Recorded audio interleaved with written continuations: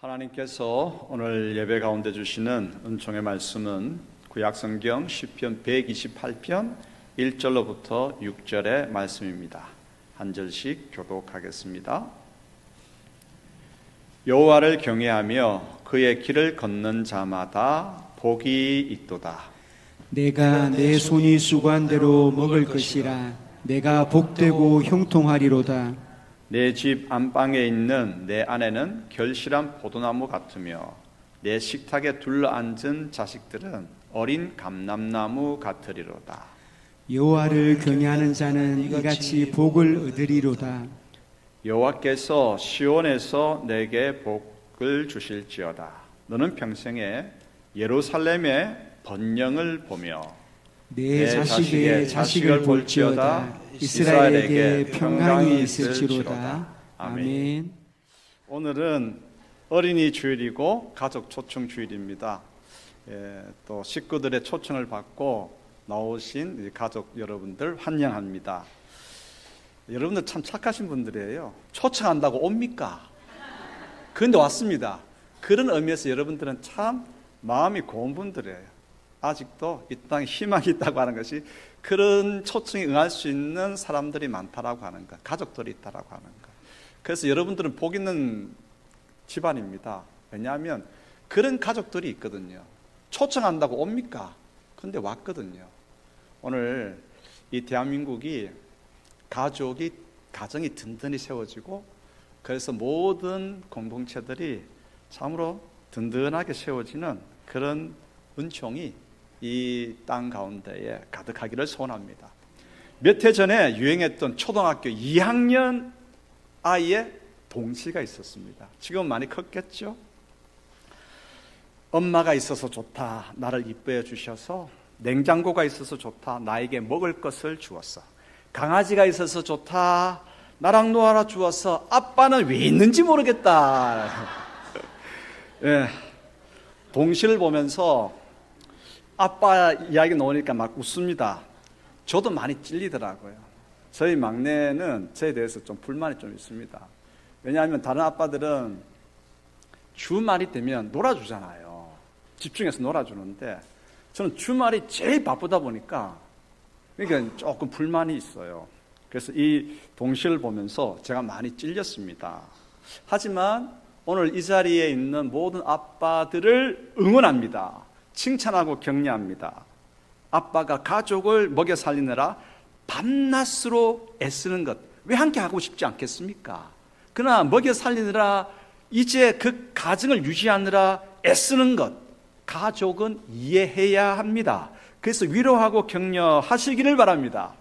또한 동시에 아빠는 가족이 아빠와 함께 하기를 원한다는 사실을 이해해야 합니다. 그래서 어떻게 해서라도 가족과 함께하는 시간을 마련하고 가족에게 추억을 쌓아주어야 합니다.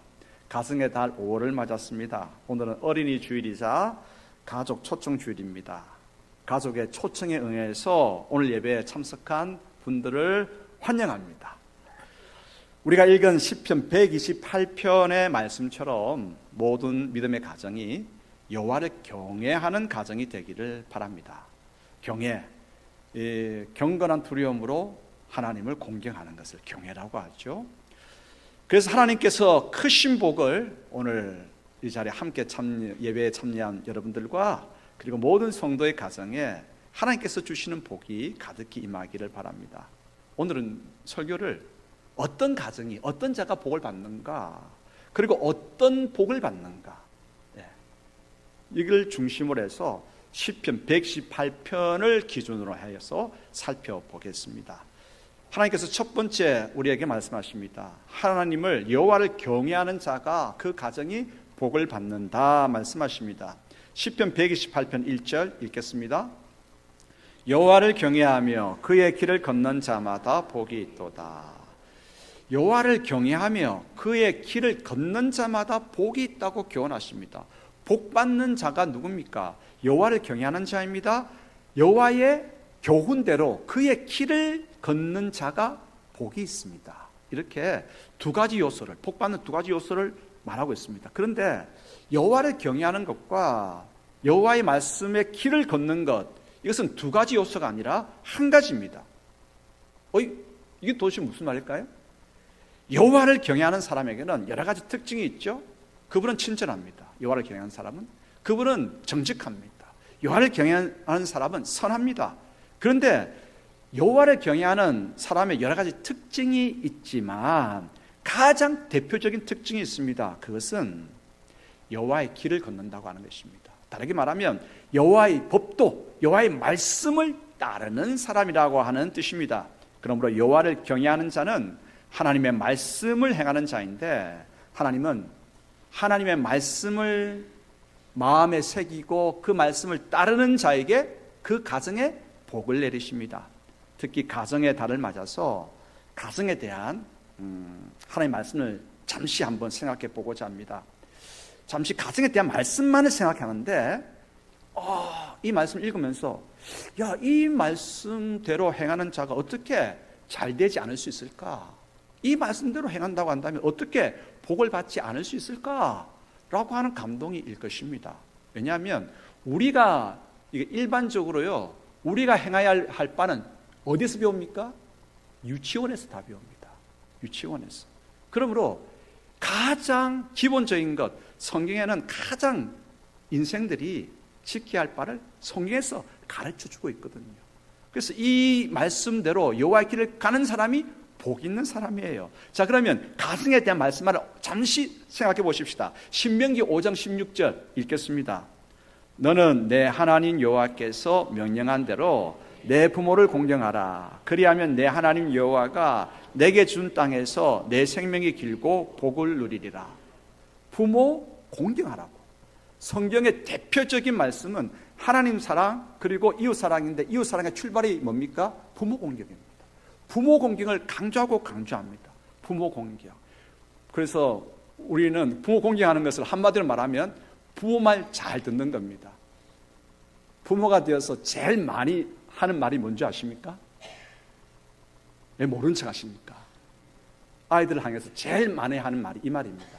말 좀 들어라. 이 말 제일 많이 합니다. 말을 듣는. 부모가 왜 그 말 하겠습니까? 말 좀 잘 들어라. 그 부모가 하는 말은 자녀가 잘 되기를 바라는 마음으로 일러주는 교훈이거든요. 그래서 부모의 가르침에 대해서 잘 새겨 듣고 순종하는 자는 잘 될 수밖에 없잖아요.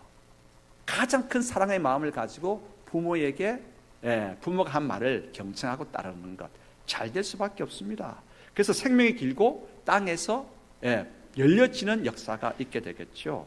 에베소서 5장 33절 읽겠습니다.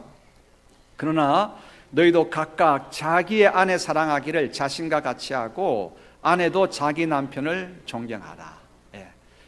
남편은 아내 사랑하기를 자신처럼 하고, 그리고 아내도 자기 남편을 머리처럼 그렇게 존경하는 것.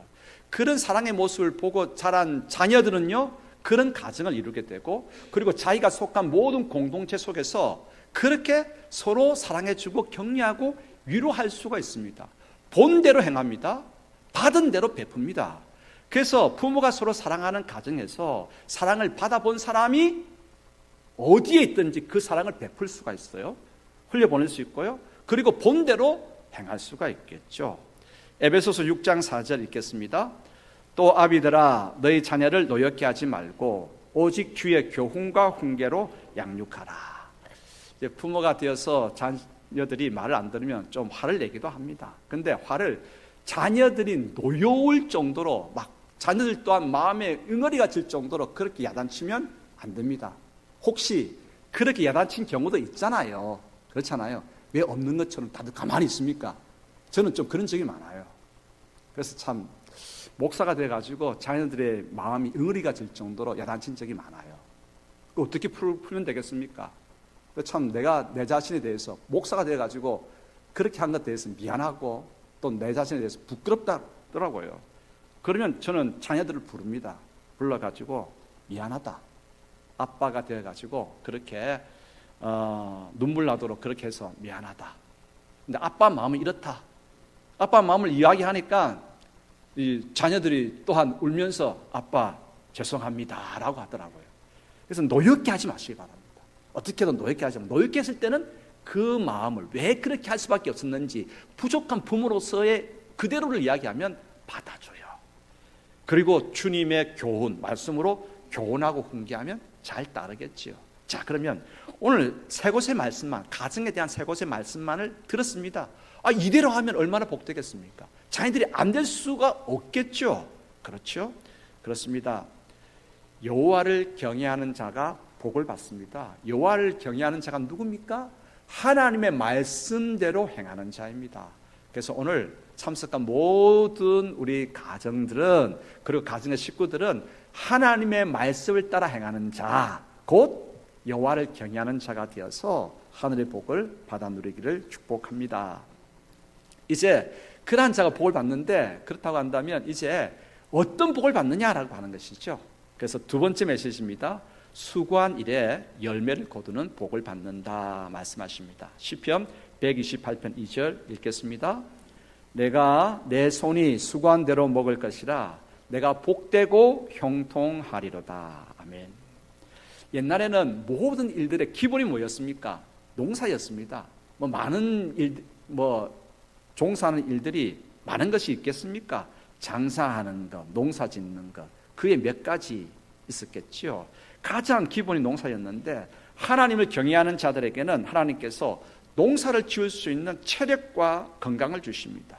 또한 농사를 지으면서 풍성한 수확을 꿈꾸면서 기뻐하는 가운데서 농사 지을 수 있도록 하십니다. 즉 소망과 기쁨을 주시는 것이죠. 여러분들 축복합니다. 여러분들께서 무엇을 하시든 꿈꾸면서 기쁨 가운데서 일을 하시기 바랍니다. 장사할 때 오늘 일진이 틀려 먹었네, 그렇게 하지 마시기 바랍니다. 오늘 하나님께서 복 주셔서 많은 사람들이 상점, 운영하는 상점을 이용할 것이고 하나하나 사가면서 기쁨이 가득할 것이다, 그렇게 소망하고 기쁨 가운데서 그렇게 모든 일들을 감당하시기 바랍니다. 하나님께서는 오늘 하나님을 경외하는 자들에게 복을 주시는데, 노력하는, 땀 흘리는, 수고하는 일들 가운데에 열매가 맺히게 하실 것이다. 그래서 옛날에는 농사 짓는 것 아니겠습니까? 농사 지어서 쌀이 나옵니다. 쌀을 먹게 됨으로 말미암아서 굶어 죽지 않게 하신다라고 하는 것은 먹을 것이 있게 하신다라고 말씀하셨습니다. 오늘날은 우리가 하는 일들이 농사뿐만이 아니라 다양하죠.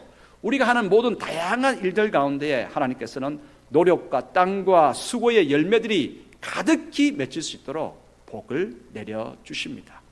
하나님께서는 주님을 경외하는 자들에게 손으로 수고한 모든 일들마다 추수의 기쁨, 열매를 거두는 기쁨을, 즐거움을 가득히 허락하여 주십니다.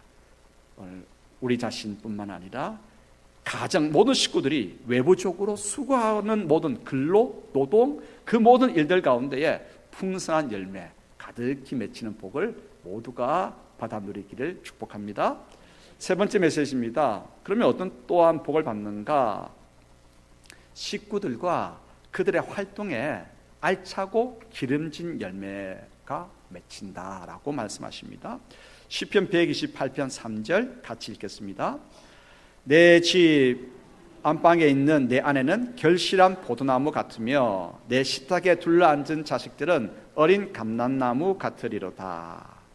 아내는 결실한 포도나무 같다라고 하는 말은요, 이제 아내가 출산하고 또 양육하고 살림하고 남편을 내조하는 일 훌륭하게 해낸다라고 하는 뜻입니다. 지금은 아내의 역할이 이제 혼자 사는 것이 아니죠. 금방 제가 예를 들었던 그 일들을 혼자서 하지 않습니다. 남편과 공동의 일입니다. 살림도 남편과 같이 해야 되고요. 그렇잖아요. 그리고 또 자녀들 양육하는 것도 남편과 같이 해야 되죠. 공동의 일이고요. 또 아내가 해야 할 일들 예전하고는 좀 많이 달라졌습니다. 아내들도 외부 활동, 또 직장을 가질 수 있잖아요. 그러함에도 아내는 자기의 내면, 외면 훌륭하게 가꾸어서 자신이 감당해야 할 일에 알찬 열매를 맺어야 한다고 하는 뜻이 여기에 담겨 있습니다. 하나님께서 여호와를 경외하는 하나님의 말씀을 따라 행할 때에 아내가 포도나무와 같이 알찬 열매를 맺을 수 있는 복을 허락하여 주십니다. 여러분, 포도송이에 그 열매가 몇 알만 있으면 되겠습니까?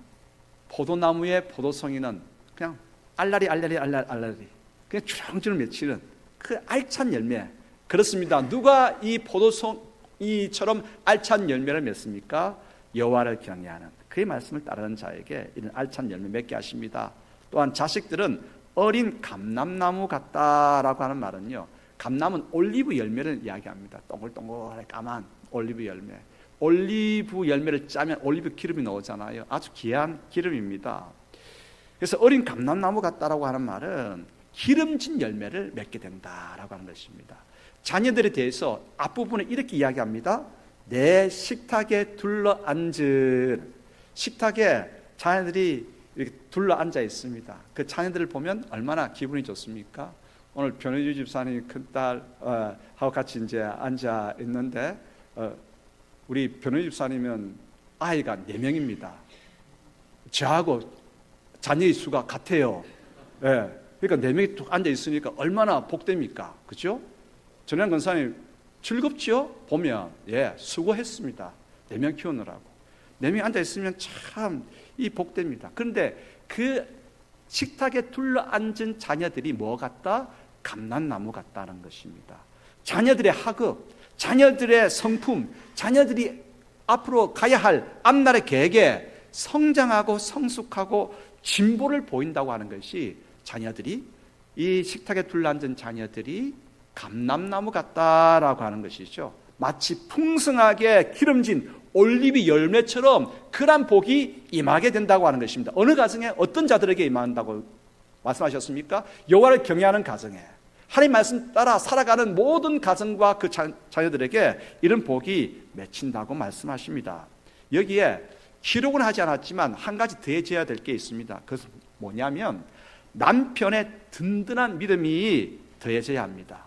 너무나 당연하기 때문에 지금 기록하지 않았지만, 그래서 가정 내부적으로는요, 남편의 든든함, 아내의 알참, 자식들의 기름짐 열매가 맺히는데 여호와를 경외하는 가정이 받을 복입니다.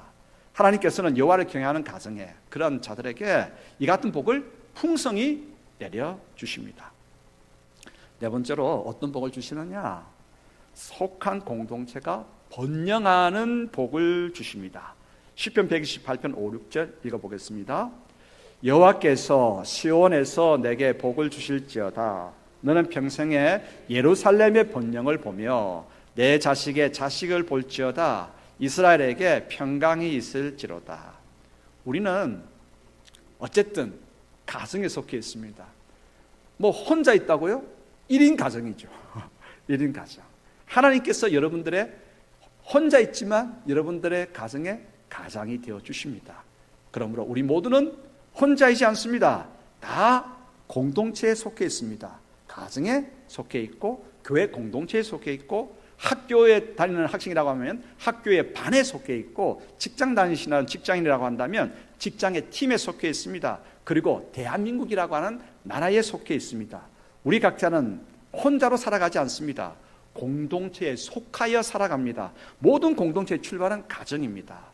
선한 이도 가정에서 나오고 악한 이도 가정에서 나옵니다. 가정이 중요하다고 하는 말이죠. 여호와를 경외하는 가정이 모든 공동체의 기초를 이룬다면 어떤 일이 있겠습니까? 5, 6절에는 이스라엘이 공동체인 나라, 이스라엘이 받는 복을 기록하고 있습니다. 시온과 예루살렘은 같은 말입니다. 시온이 복을 받는다는 말은 예루살렘이 복을 받는다는 것과 같은 뜻이죠. 5절에 보면 시온이 복을 받는데 예루살렘의 번영을 보게 될 것이라고, 그리고 자손의 자손을 보게 될 것이라고 말하고 있습니다. 무슨 뜻입니까? 나라가 부강해지고 백성의 의식이 높아져서 그 나라가 대대로 이어질 것을 말하고 있습니다. 저는 우리나라 애국가가 참 좋다고 믿고 확신한 사람입니다. 왜냐하면 하나님이 보호하사 우리나라 만세. 만세는 뭡니까? 계속 이어진다고 하는 것이죠. 하나님께서 보호하시기 때문에. 그래서 여러분, 가정이 잘 되면요, 여호와를 경외하는 가정으로 말미암아서 이스라엘의 번영이 이루어진다라고 말하고 있거든요. 가정이 잘 되면 나라도 잘 됩니다. 특별히 이 믿음의 가정이 여호와를 경외하는 그러한 삶을 살고 자녀들이 그러한 여호와를 경외하는 하나님 말씀대로 따라 살고자 하는 그러한 젊은이들로 자녀들로 커간다고 한다면 나라가 얼마나 잘 되겠습니까? 믿음의 가정이 잘 되면 나라가 잘 됩니다. 가정이 건강하면 나라도 모든 면에서 건강해집니다. 가정이 사랑이 넘친다고 한다면 나라가 사람 살만한 사랑이 넘치는 곳이 됩니다. 나라는 공동체의 가장 큰 범위입니다. 그렇기 때문에 가정이 잘 되면 나라 그 밑에 있는 하부 조직, 가정이 잘 되면 교회가 잘 되고 기업체가 잘 되고 가정의 모든 각종 모임이 모두 잘 되게 번영하게 되어 있습니다. 그러므로 믿음의 가정이 세상의 복으로 서야 되지 않겠습니까? 믿음의 가정이 세상의 제사장으로 세워져야 하지 않겠습니까? 이것이 믿음의 가정이 오늘 이 시대에 가져야 할 사명입니다. 여러분도 축복합니다. 하나님의 말씀을 잘 깨닫고 실천하는 여호와를 경외하는 가정, 그런 사람들이 되어서 그래서 우리의 노동의 근로의 열매가 가득히 맺히고 가족들의 그 내면이 참으로 알차고 기름진 열매가 또한 맺히고 속한 공동체가 우리들을 통해서 큰 번영을 보게 되는 그러한 몫을 감당하는 여러분 모두가 되기를 소원합니다. 기도하겠습니다. 하나님 아버지 감사합니다. 오늘 우리의 자녀들 가운데에 복을 가득히 내려주시고 믿음을 가지고 이 시대를 밝혀가는 하나님 말씀 따라 살아감으로 이 시대를 밝혀가는 그러한 자녀들이 될 수 있도록 도와주시고 특별히 우리 어린이들 잘 아버지 하나님이여 학업할 때도 하늘의 지혜를 주시고 그 가운데에 말씀을 통한 믿음을 가득히 내려주시기를 소원합니다. 오늘 함께 예배드리는 모든 우리 가족들 가운데도 하나님을 경외하는 하나님 말씀대로 살아가는 그런 은총이 있게 되고 그러므로 행하는 일들마다 주님 알찬 열매들이 맺히고 알참과 그리고 기름진 열매들이 가득히 맺히며 저희들이 하는 모든 일들 가운데에 큰 은혜가 흘러나가서 이 나라가 번영하는 놀라운 역사를 허락하여 주시기를 소원합니다. 우리는 참으로 하나님의 놀라운 사랑을 받고 있는 자들입니다. 그 십자가가 우리가 얼마나 하나님으로부터 사랑을 받고 있는지를 보여줍니다. 하나님의 아들 예수님을 죽기까지 내어놓으시면서 우리를 사랑하셨기 때문입니다. 주님, 그 사랑을 깨닫고 가정 모두가 믿음 안에서 하나님을 예배하는 그런 가족들이 다 되어줄 수 있도록 도와주시옵소서. 예수 그리스도 이름으로 기도드리옵나이다. 아멘.